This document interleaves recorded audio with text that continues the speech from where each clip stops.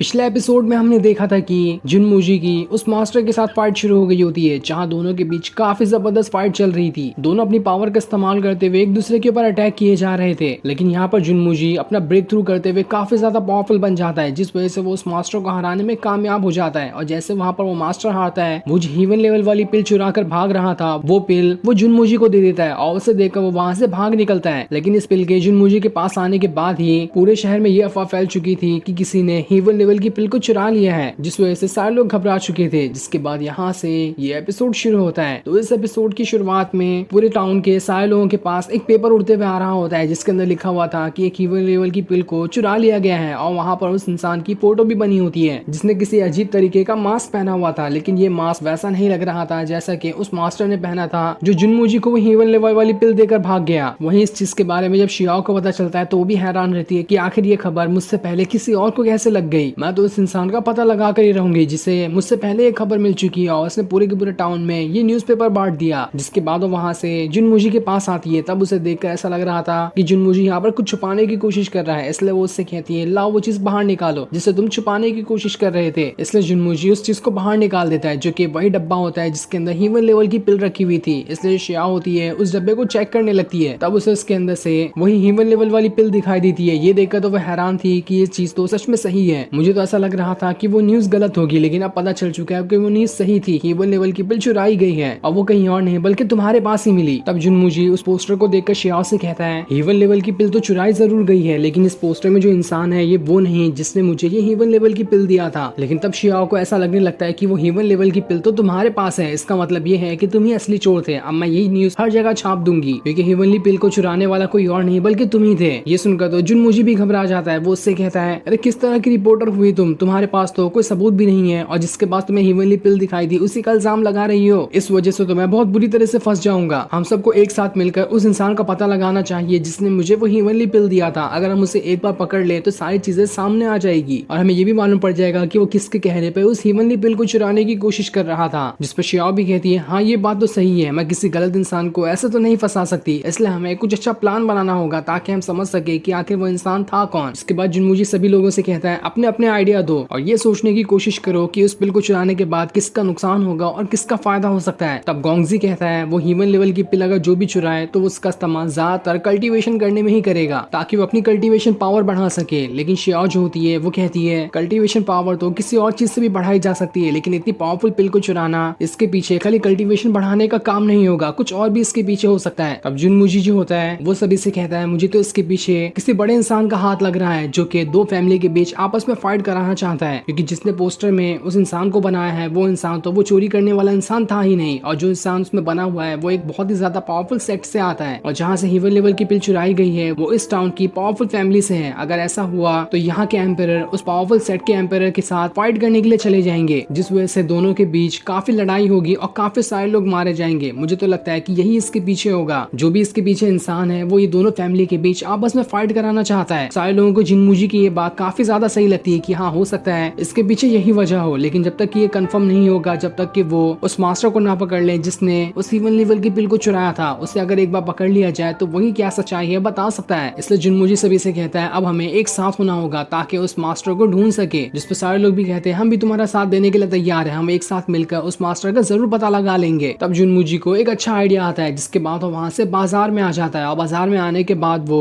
गोंगजी से कहकर एक विग की दुकान खोल देता है जहाँ पर काफी सस्ते प्राइस में विग मिलेंगे, क्योंकि वो मास्टर पहले से टकला था और टकला होने के बाद वो विग लेने तो जरूर आएगा। और अब जैसे ही यहाँ पर विग की दुकान खुलती है सारे लोग जल्दी जल्दी यहाँ पे भीड़ जमा करना शुरू कर देते हैं, जो सभी यहाँ पर विग खरीदने के लिए आए थे, लेकिन अभी तक यहाँ पर वो मास्टर नहीं आया होता है। जुनमुजी और बाकी सभी तो उसी मास्टर का इंतजार कर रहे होते हैं। तब वहाँ पर कुछ बदमाश लोग आते हैं जो कि बाइचन गैंग के हैं और वो यहाँ पर आने के बाद सारे लोगों को भगाते हुए वहाँ पर जो सबसे महंगा विग होता है उसे खरीद रहे होते हैं और इसके बदले जो वहाँ पर पैसा देते हैं वो सारे पैसों से अलग था, जिससे साफ पता चल रहा था कि ये इस टाउन के तो नहीं है, ये बाहर के लोग हैं। तभी उन बदमाश लोगों का जो लीडर होता है वो कह रहा होता है कुछ दिनों बाद मेरे फादर का बर्थडे है, इसलिए मैं उन्हें ये गिफ्ट देना चाहता हूँ। जिसके बाद वो उसे लेकर वहाँ से चला जाता है। ये देखकर जुनमुजी बाकी को लगने लगता है कि हो ना हो ये जो आदमी यहाँ पर आया है इसी का फादर वही मास्टर होगा जिसे हम ढूंढ रहे हैं, इसलिए हमें इसका पीछा करना चाहिए। जिस पर गोंगजी और बाकी भी कहते हैं हाँ ये तो सही है, ये तो बाइचन गैंग से है, मुझे पता है कि आखिर बाइचन गैंग रहती कहाँ पर है और इसी गैंग का लीडर वो मास्टर भी होगा। जिसके बाद सभी वहाँ से बाइचन गैंग के पास जाने के लिए निकल जाते हैं, लेकिन वहाँ वहाँ जाना इतना आसान काम नहीं था। वहाँ के चारों तरफ काफी सारे सिपाही खड़े होते हैं और 3 लोग इतने सारे सिपाहियों का तो खेल नहीं खत्म कर पाएंगे। तब शियाओ जो होती है वो सभी से कहती है, मेरे पास इस बाइचेन गैंग के पूरे इलाके का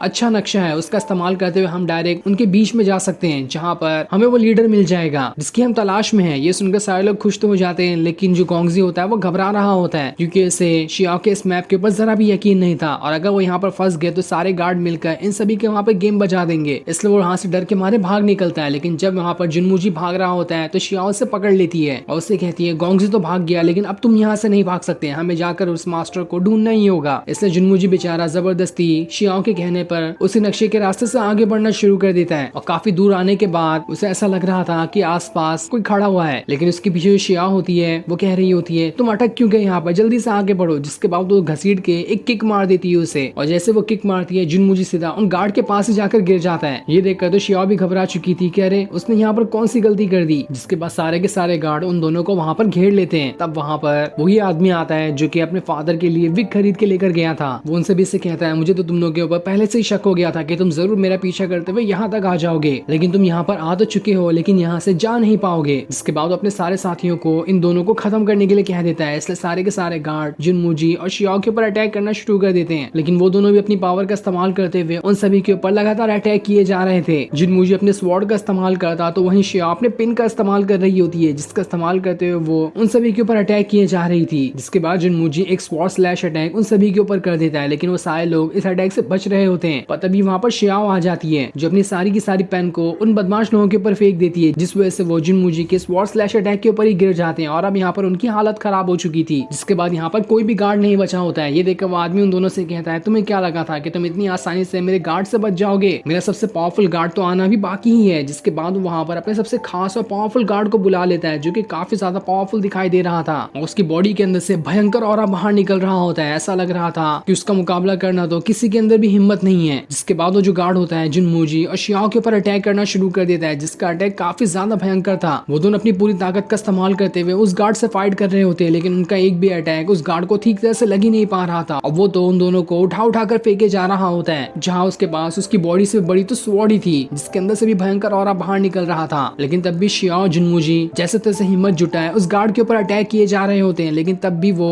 उसके ऊपर एक खरोच तक नहीं दे पा रहे थे, जिस वजह से उन्हें समझ में आने लगता है कि शायद उनके अंदर अब ताकत नहीं बची इस गार्ड से लड़ने की। वो कितनी भी कोशिश क्यों ना कर ले उस गार्ड से फाइट कर ही नहीं पाएंगे। इसके बाद वो जो गार्ड होता है अपनी स्वॉर्ड को दोबारा से उन दोनों की तरफ ही भेज देता है और जैसे उनके ऊपर अटैक करने वाला था वहां पर शियाओ की बिल्ली आ जाती है जो अपनी पावर का इस्तेमाल करते हुए एक भयंकर वाला अटैक उस गार्ड के ऊपर ही कर देती है, जिस वजह से वो गार्ड वहां से बहुत दूर जाकर गिरता है और उसके गिरने की वजह से वहां पर रखी बारूद की बोरी फट चुकी थी, जिस वजह से चारों तरफ बिल्कुल बारूद फैल गया होता है। इसलिए जुनमुजी जो होता है एक मशाल जलती हुई उठाकर उस बारूद में ही फेंक देता है, जिस वजह से वहां पर धमाका होता है और इसी धमाके के अंदर वो गार्ड वहां पर मारा जाता है। ये देखकर तो जुनमुजी और शियाओ काफी ज्यादा खुश हो चुके थे कि चलो यहाँ पर एक गार्ड तो मारा गया। इसके बाद वो दोनों वहां से आगे बढ़ना शुरू कर देते हैं ताकि उस मास्टर को ढूंढ सके, लेकिन आगे बढ़ते हुए भी उन्हें कोई भी नहीं दिखाई देता। तब उन्हें एक जगह पर एक आदमी दिखाई देता है जिसके अंदर से काफी ज्यादा ऑरा बाहर निकल रहा था। वो आदमी उन दोनों से पूछता है, कौन हो तुम, मुझे अपने बारे में बताओ। इसलिए जुनमुजी और शियाओ उसे अपने बारे में बताना शुरू कर देते हैं। ये देख वो आदमी जो होता है उन दोनों से कहता है, दो पावरफुल फैमिली के लोग यहाँ पर आए हैं, आखिर तुम लोगों को काम क्या हो सकता है। जिसके बाद वहाँ पर कई सारे कैलकुलेशन करने के बाद रुक जाता है और अपनी पावर का इस्तेमाल करते हुए शियाओ जुनमुजी की तरफ ही बढ़ना शुरू कर देता है, जहाँ उसकी बॉडी के अंदर से भयंकर ऑरा बाहर निकल रहा था। लेकिन जैसे वो शियाओ जुनमुजी के पास आने वाला होता है वहाँ पर उसका पैर फिसल जाता है और वहाँ से सीधा जमीन पर आकर गिरता है। बेचारा जितनी एटीट्यूड में आ रहा था उतनी ही यहाँ पर उसकी बेइज्जती हो गई। जुनमुजी उससे पूछता है, क्या आप मुझे बता सकते हैं कि इस बाइचेन गैंग का लीडर कौन है, क्या वो टकला है, हमें इससे मिलना है क्योंकि हमें उससे काफी जरूरी काम है। तब वो जो आदमी होता है वो उन दोनों से कहता है, अगर तुम्हें उस आदमी से मिलना है तो ठीक है, पहले मेरे कुछ पहेलियों का तुम्हें जवाब देना होगा। अगर तुमने उसका सही जवाब दिया तो उसके बाद ही मैं तुम्हें उस आदमी के बारे में बताऊंगा जिसे तुम ढूंढने के लिए यहाँ पर आए हो। इसके बाद वो आदमी जुनमुजी को अपनी पहेलियों के पास ले जाता है और उससे काफी सारी पहेलियां कहने लगता है जिसका जवाब जुनमुजी को देना होगा। जुनमुजी उसकी पहली पहेली को तो बस 1 मिनट के अंदर ही सॉल्व करके दे देता है। ये देखकर तो वो आदमी भी हैरान था। जिसके बाद वो जुनमुजी को एक पजल गेम के पास लेकर आता है और उससे कहता है तुम्हें इस पजल गेम को भी जल्द से जल्द सॉल्व करना है। इसलिए जुनमुजी उस पजल गेम को भी सॉल्व करने की कोशिश करने लगता है और उससे भी उसने 1 मिनट के अंदर ही सॉल्व कर दिया था। ये देखकर तो उसका आदमी की आंखें बाहर निकल कर आ जाती है। उसे तो यकीन ही नहीं हो रहा था कि आखिर जुनमुजी ने इतनी जल्दी से सॉल्व कैसे कर दिया, इसे तो मैं खुद आज तक के कभी सॉल्व नहीं कर पाया था। इसलिए वो जुनमुजी को एक और पहेली देता है और उससे भी उसे सॉल्व करने के लिए कहता है। जुनमुजी यहाँ पर काफी ज्यादा थक चुका था। वो उससे कहता है, आखिर तुम मुझे बता क्यों नहीं देते कि जिस आदमी को हम ढूंढने आए हैं उसके बारे में तुम्हें पता भी है या फिर नहीं, तुम सिर्फ हमें यहाँ पर पहेलियां सुझाने के लिए लेकर आए हो क्या। तब वो जो आदमी होता है वो जुनमुजी से कहता है ठीक है मैं तुम्हें बताता हूँ कि जिस टकले इंसान को तुम ढूंढ रहे हो वो कोई और नहीं बल्कि मैं ही हूँ। देखो मेरा टकला, मैं भी तो टकला ही हूँ। ये सुनकर जुनमुजी को अंदर ही अंदर इतना ज्यादा गुस्सा आ रहा होता है कि इस आदमी ने मेरा कितना ज्यादा टाइम बर्बाद कर दिया। वो शियाओ से कहता है चलो यहाँ से, ये वो इंसान नहीं है जिसे हम ढूंढने के लिए यहाँ पर आए हैं। लेकिन वो आदमी तो काफी ज्यादा गुस्सा हो चुका था। वो उनसे कहता है तुम लोगों को यहाँ से नहीं जाने दूंगा मैं, मुझे जुनमुजी के साथ और टाइम बिताना है ताकि मैं उससे काफी सारी पहेलियां सीख सकूं कि आखिर वो कैसे उसे इतनी आसानी से सॉल्व कर लेता है। लेकिन तब भी जुनमुजी और शियाओ नहीं रुकने वाले थे, इसलिए वो